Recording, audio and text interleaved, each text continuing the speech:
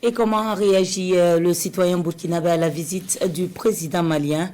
Les avis sont unanimes sur le caractère stratégique de ce déplacement.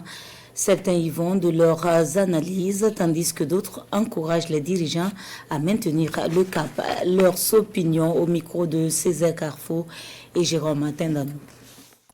Pour son premier voyage officiel au titre de l'année 2024, le président malien, le colonel Assimi Goïta, choisit le Burkina Faso. Une marque de confiance et de proximité entre Ouagadougou et Bamako, disent certains Burkinabés. Ça permettra au peuple surtout de comprendre que nous sommes dans un élan. Nous sommes très contents de le recevoir chez lui parce que le Burkina, le Mali, c'est le même peuple. Les pays voisins doivent faire ce même examen-là.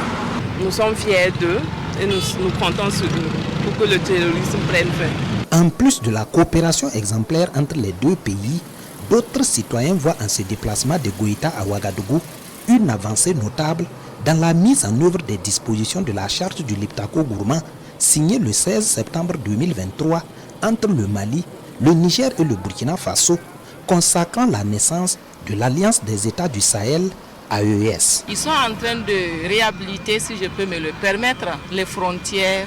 Ils sont en train de réhabiliter l'histoire à travers cette planification très intelligente, parce que si on regarde bien, c'était les experts des pays de l'AES qui s'étaient rencontrés après les ministres des Affaires étrangères, et maintenant on voit que ce sont les présidents qui se rencontrent.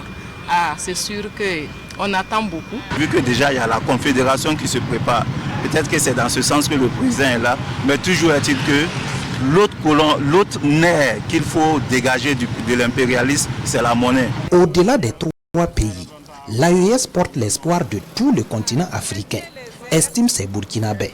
C'est pourquoi, en plus de l'union et de la solidarité clairement affichée à travers le voyage du président malien dans la capitale burkinabé, les deux dirigeants doivent faire preuve d'une vigilance accrue. Ils n'ont qu'à être très vigilants et très attention parce que le fait qu'ils sont des amis, alors les ennemis sont contre ça. L'union fait la force. Voilà.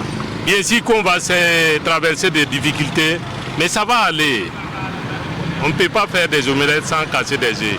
Surtout le courant. Il ne faut pas qu'ils laissent les bras, quel que soit. Ils n'ont qu'à tenir. Ça va aller. Avec l'aide du bon Dieu, si nous-mêmes on s'entend là, rien ne pourra nous arriver. Vraiment qu'ils prennent des actes très forts pour qu'on puisse avoir une souveraineté noble. Nous, on préfère vivre avec ceux qui vont amener le pays devant. Les trois dirigeants, que Dieu les unisse jusqu'à demain.